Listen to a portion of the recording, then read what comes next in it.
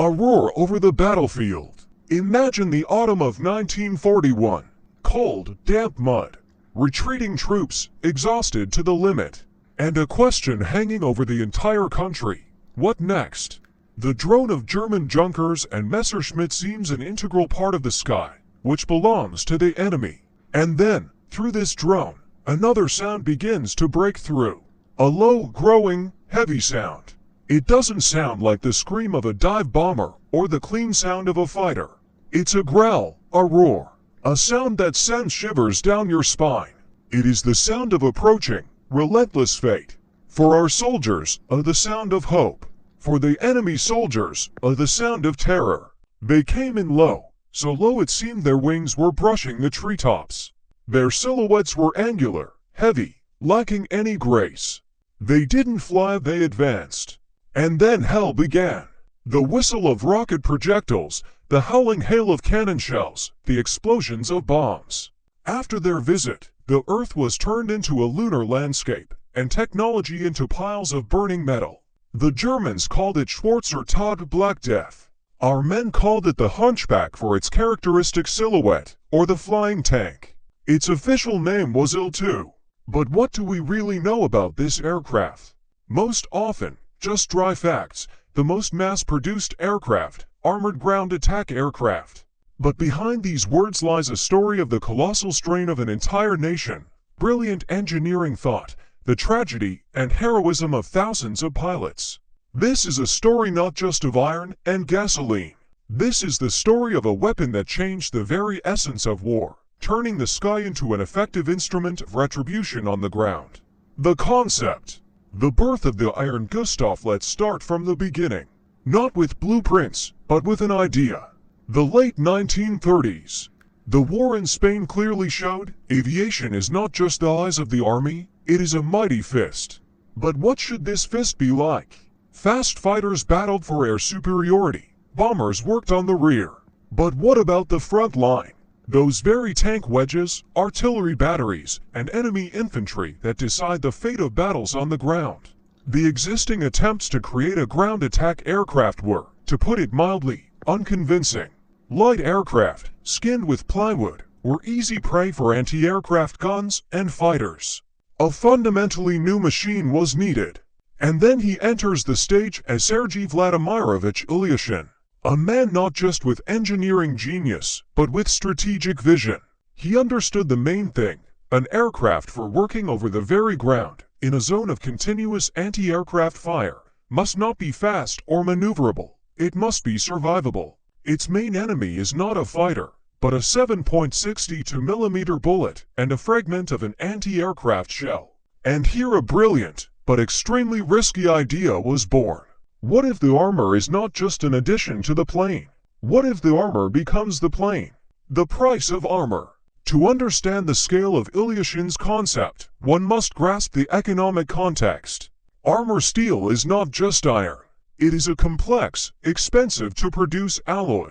Its production requires enormous energy costs, scarce raw materials such as nickel, chromium, and high-precision machine tools. In the late 1930s, the Soviet Union was building up its industrial power at a gigantic pace, but resources were not limitless.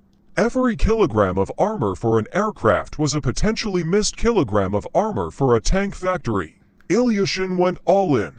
He proposed making the armored hull a load-bearing element. Imagine a huge, solidly cast actually welded from rolled sheets bathtub, to which the wings, tail assembly, and engine were attached.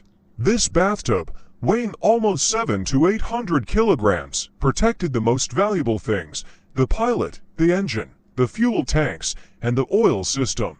This was not just protection, this was the frame, the backbone of the entire aircraft. Economists and many military men were shocked. This approach seemed wasteful. Weight. What about weight?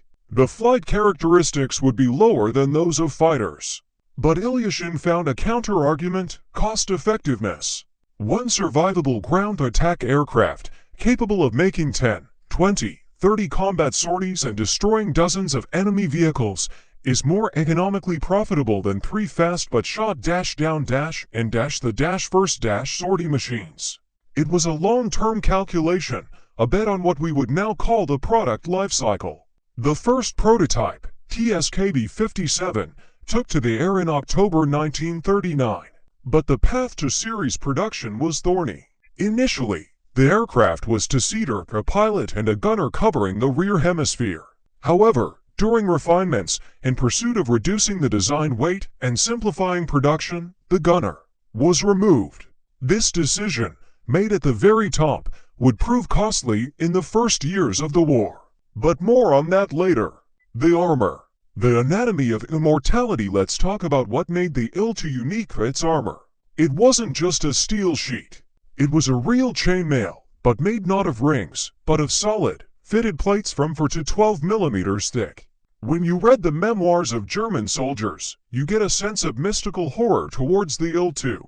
They wrote that you could fire at it with small-caliber anti-aircraft guns, and it, like a ghost, kept flying, sowing death. This was the psychological effect. Black Death is not only about physical destruction, it's about demoralization.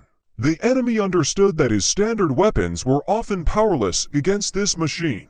How did this armor work? It was a multi-layered protection system. Armored engine cowling protected the heart of the aircraft, the M38 engine. A hit in the engine often didn't disable it immediately. It kept running, allowing the pilot to make it back to friendly lines. Armored cockpit, that same bathtub. The windshield was 64mm armored glass, capable of withstanding an armor-piercing bullet hit. The side panels protected the pilot from ground fire. Armored fuel tanks. This was a revolutionary solution. The tanks were self-sealing upon being shot through, and also partially covered by armor. The number of aircraft lost due to fires was significantly reduced. Stories from the front are more eloquent than any technical descriptions. There are known cases when IL-2s returned to base with dozens of holes, with damaged controls, with a wing almost torn off. One pilot brought back a machine in whose tail assembly they counted more than 600 holes. This gave rise to legends. The pilots believed in this machine as if it were alive. They knew it would bring them back, it would save them, it would endure. Heavy losses and a fatal mistake. The tragedy of the single-seat hunchback. The war began. The IL-2 was already in series production, but it was single-seater. And here we come to one of the most dramatic pages in its history. The planes went to the front. The pilots, admiring the armor and armament, quickly faced a nightmarish reality. From the front and below, they were almost invulnerable. But the tail was completely defenseless. German fighters quickly learned about this Achilles heel.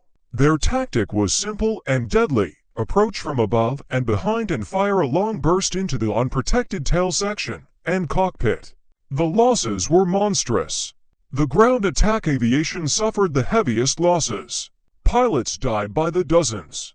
Imagine the state of a man who knows he can be killed at any moment, and he can't even see from where and can't fight back. It was sheer hell. And then that very folk ingenuity, frontline initiative, showed itself. At airfields, in field conditions, mechanics and the pilots themselves began to independently modify the aircraft. They welded an additional armor plate into the fuselage behind the pilot's cockpit and installed a machine gun there, often taken from a downed bomber. The place for the gunner was cramped, uncomfortable, without any instrument panel. It was an ersatz, a desperation, a blatant violation of all instructions. But it worked. The quote from the memoirs of Gregory Uvarov that you provided is just the tip of the iceberg. Behind it are hundreds of unspoken tragedies. The pilots wrote reports, pleaded, demanded. It got to the point where unit commanders unofficially sanctioned such modifications. The price of a mistake. Now let's look at this from the perspective of war economics. Every lost aircraft is not just a ton of metal. It's thousands of man-hours of labor, scarce engines, expensive equipment. Every killed experienced pilot is years of training, invaluable combat experience that cannot be replenished in a month.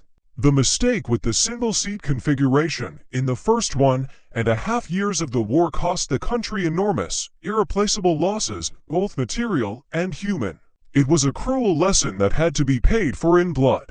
And only by the autumn of 1942, when the initiative had long been coming from below, was a decision made at the top to return to Ilyushin's original concept. The IL-2 in a two-seat version appeared. A gunner radio operator appeared. A man who sat with his back to the pilot in a cramped cockpit open to all winds and bullets, covering his commander. The pilot said, "The appearance of a gunner is like growing eyes in the back of your head." Losses immediately dropped sharply. Winged artillery. What the Il-2 did, and how if the armor was the soul of the Il-2, then its armament was its fists. And these fists were devastating. The arsenal of the Hunchback allowed it to fight any targets. Cannons, WWII 23 cannons of 23mm caliber. These were not just cannons. They were destroyers. The WWII projectile was so powerful it could penetrate the armor of light and medium tanks from the side and rear. It had a terrifying effect on light vehicles and personnel. Machine guns, Tishka's machine guns of 7.62mm caliber. Rapid firing, reliable, they were used for sighting and engaging smaller targets. Rocket projectiles are S-82 and are S-132, the legendary Katyushas in the sky. A salvo of 82mm or 132mm RSs at a column of equipment or a concentration of infantry was like a hammer blow. The effect was not only destructive, but also psychological. The deafening howl, explosions, earth flying into the sky.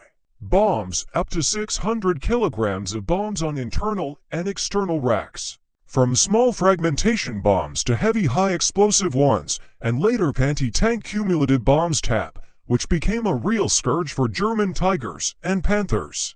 Tactics of use. The Il-2 rarely worked alone, usually in groups of 6 to 12 aircraft.